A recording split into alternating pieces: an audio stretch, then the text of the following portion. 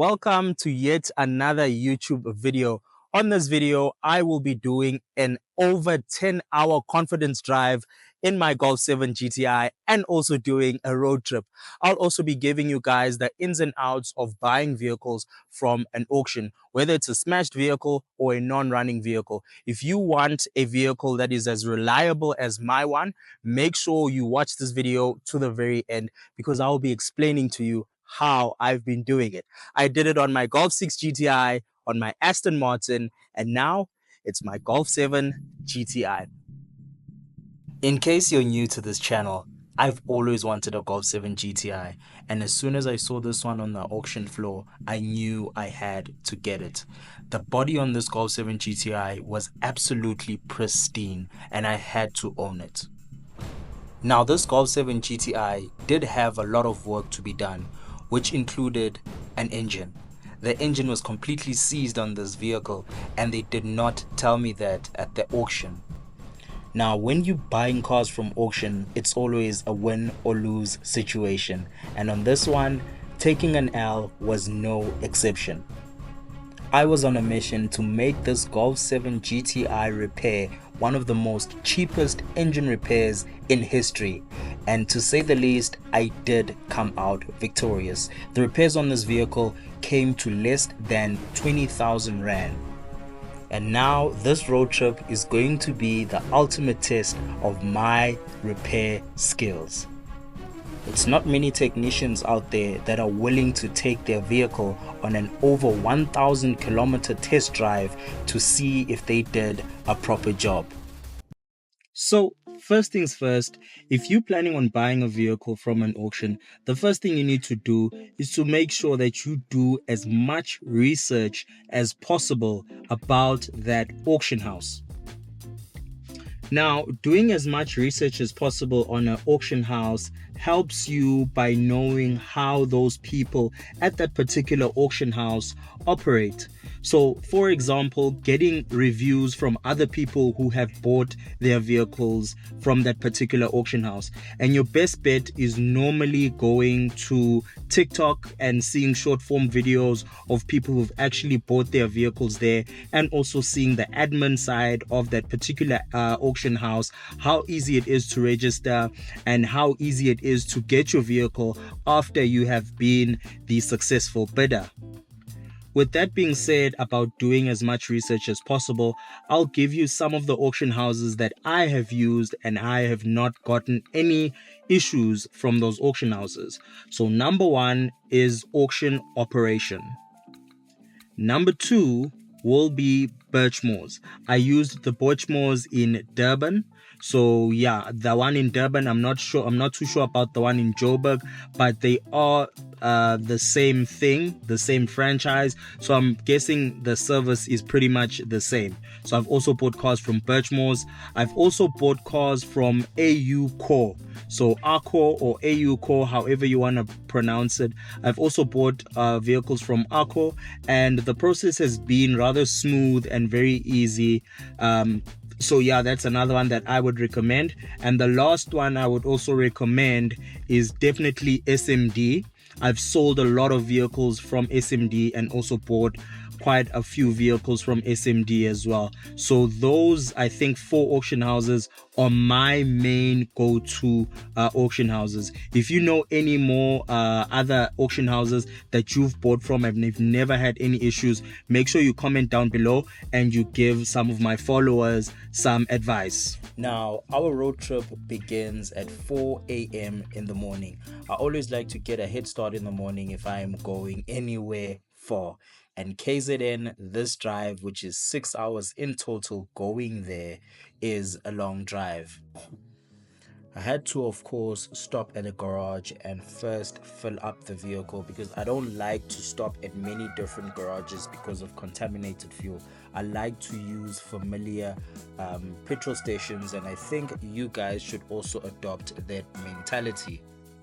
Now, you guys might underestimate a GTI, but time really goes fast with a Golf 7 GTI, and so does the destination. So I took it upon myself to make sure that I try to stop every 150 kilometers of this trip to check on the vehicle, because this vehicle had the engine out and I did extensive repairs on this vehicle. So this garage was one of our first stops after leaving the first garage where we topped up on fuel, and I had actually stopped to check if everything was still good on the car. All right, second stop of the whole trip, and we are at another garage, but we're not filling up.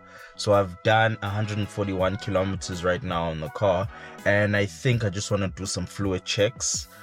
So yeah, I've done 141 kilometers, so I think it's ideal that we do some fluid checks. So I'm just gonna go check my water and my oil. If it's still good, then we are headed on back on the road. Right, I'm officially out of the car and I'm gonna check my fluids, but let's take a moment to just appreciate this beast. This thing looks tops, my bro. Anyway, what's important for us to check is our coolant level, and as you can see over there, our coolant is still good, so we're just gonna check our oil only now. So yeah, everything still looks good for now. So I'll see you on the next clip. Now, if I would say I did not enjoy this trip, that would be the biggest lie of 2025. The drive to KZN was absolutely wonderful. I enjoyed the scenery, and this made me take some time to sit back and look at what a beautiful country we have in South Africa. From the majestic views of the forests to the open fields, this was definitely a beautiful drive, and I enjoyed every moment and every second of it.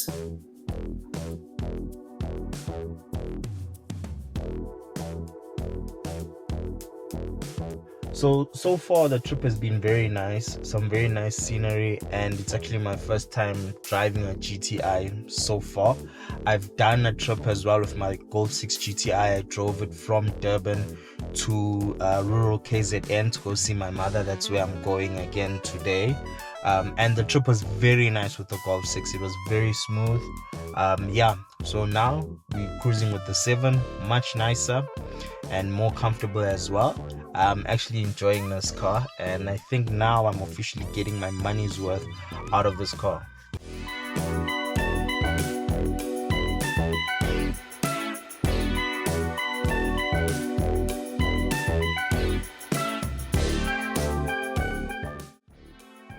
All right, so one of my most asked questions is, would I recommend to buy a vehicle from an auction? The answer is yes. It also depends on why and what you're buying that particular vehicle for. If you own a business of buying and selling, then the auction house is always the best bet, because that's where I used to buy my cars when I used to buy and sell. So if you're going to be buying a vehicle to keep for yourself, there's a lot of stuff that you have to put into perspective. If you're buying a running vehicle, I would recommend that you buy a vehicle with a very low mileage. And when I say low mileage, at least mileage from 120,000 going below. And also having 120,000 kilometers, you need to ensure that the vehicle's got at least a full service history with the agents, which is the manufacturer. So they need to have a full service history with VW or BMW or Hyundai. Or they need to have a full service history with a specialist. When I say a specialist, I mean somebody who specializes in BMW only.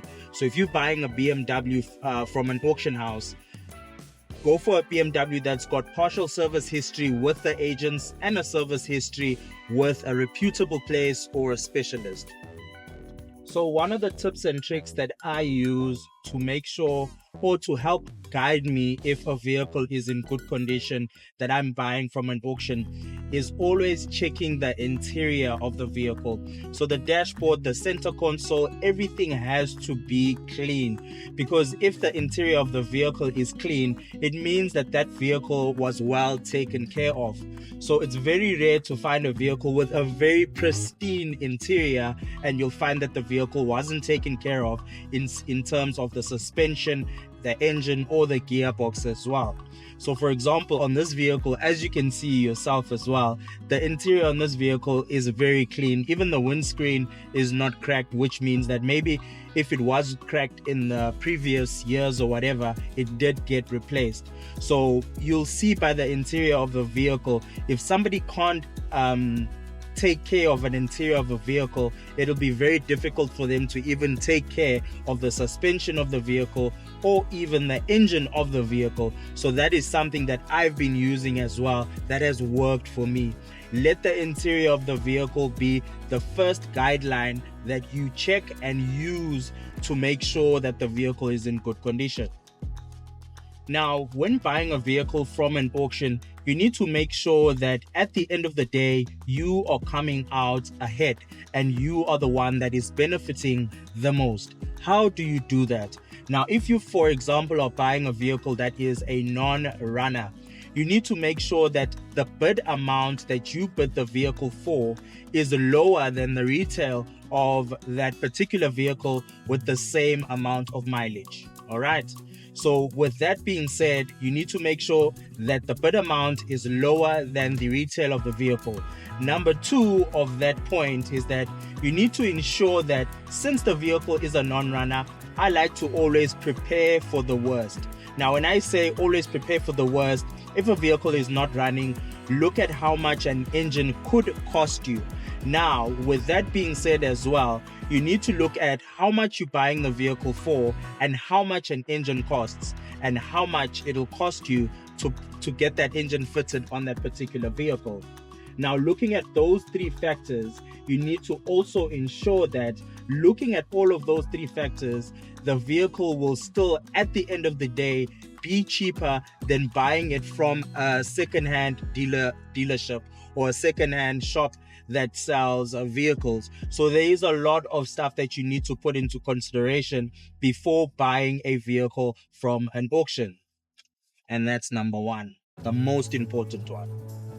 Now, as the hours went by and the kilometers just kept rising on the clock, so did my journey. Slowly but surely, my journey was slowly coming to an end. I had drove from one of the most beautiful roads and was starting to drive on one of South Africa's worst roads, potholes galore.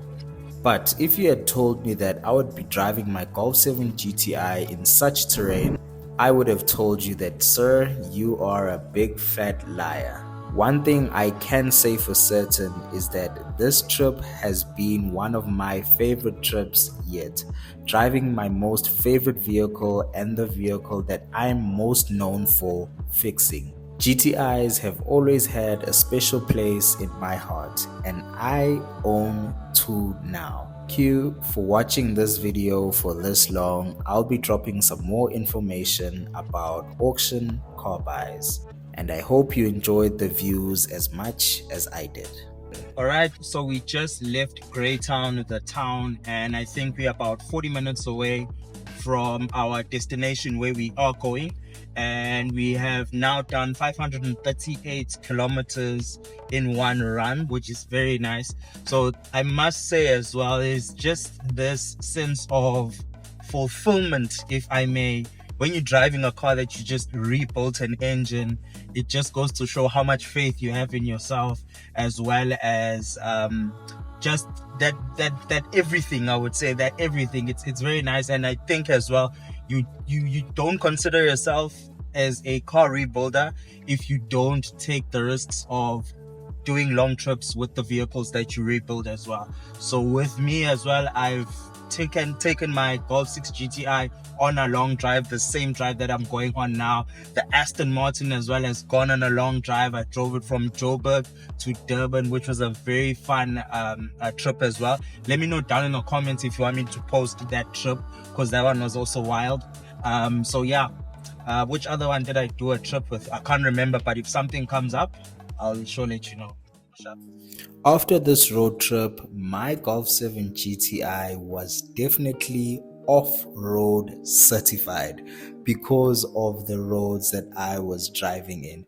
I drove in some of the worst roads I think known to mankind, with sinkholes the size of Chewbacca's shoe. Yeah, no, the roads were really, really bad. But at the end, it was all worth it. The one thing I always look forward to is the mountain views that I always see when I'm home. These type of views are views that you pay really good money for, and we see them for free. Sometimes the finer things and the little things in life we don't appreciate.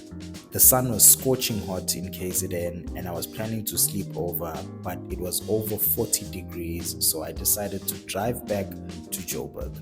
What would I recommend between a smashed vehicle from an auction or a non-runner vehicle from an auction? For me personally, and for you, I would recommend a vehicle that is a non-runner.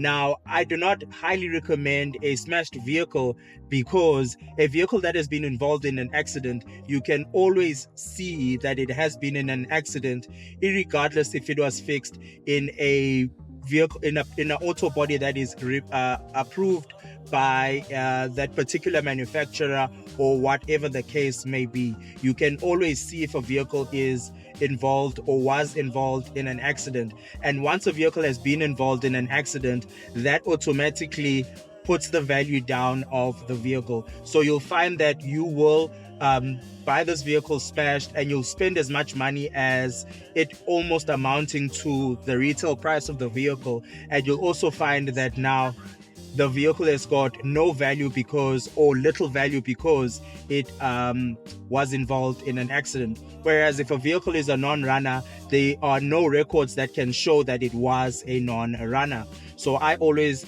prefer to buy a vehicle as a non-runner rather than smashed, unless a really good job is going to be done in the bodywork of the vehicle. So if you buy a non-runner vehicle, the chances are of the vehicle having high value are very high. So I would recommend buying a non-runner as opposed to say it with me now, I forgot, a smashed car. All right, so right now it is officially 9 hours and 55 minutes of travel time. So we've been on the road for close to 10 hours, and right now we're on our way back to Gauteng. I've gotten my packages back from KZN, so they're in my vehicle. What I was going to do in KZN was a successful mission, and now I am driving back to Joburg. And for now, the drive has been very pleasant. I'm very surprised by the performance of the vehicle. Provided that this vehicle was a non-runner, I had stripped the engine and done the engine, and I've had this car on the road for a full 10 hours non-stop. Just those few 5-minute stops when I'm checking the oil levels and the water levels. So yeah, I'm very surprised by the performance of the vehicle and how reliable it has been. But also putting into consideration, if you are fixing a vehicle, you are fixing a vehicle for it to be reliable. And so yeah, before you take your vehicle from the mechanic, I think it is always advisable to at least do short distances first. Maybe drive the vehicle for at least 500 kilometers, short distances going to and from work, from home as well, before you put it on a long journey, because in that 500 kilometer test run or confidence run, you can actually see what is actually wrong with the vehicle or any things that need attention. So for me right now, I did drive the vehicle for about 1,800 kilometers before I took it on this very long drive, and I was confident that I could make this journey, and I was right because I haven't had any issues. And just like that, this marks the end of this road trip / review / everything on this Golf 7 GTI. This has been a pleasant drive. Almost 13 hours later, we are back in Gauteng, and almost 1,200 kilometers later, we are back in Gauteng. Let me know down in the comments if you think we knocked it out of the park with the repair on this Golf 7 GTI or I didn't.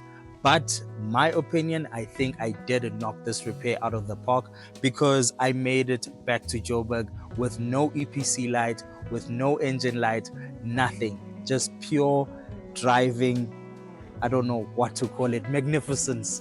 Comment down below, let me know. Like and subscribe. Sharp.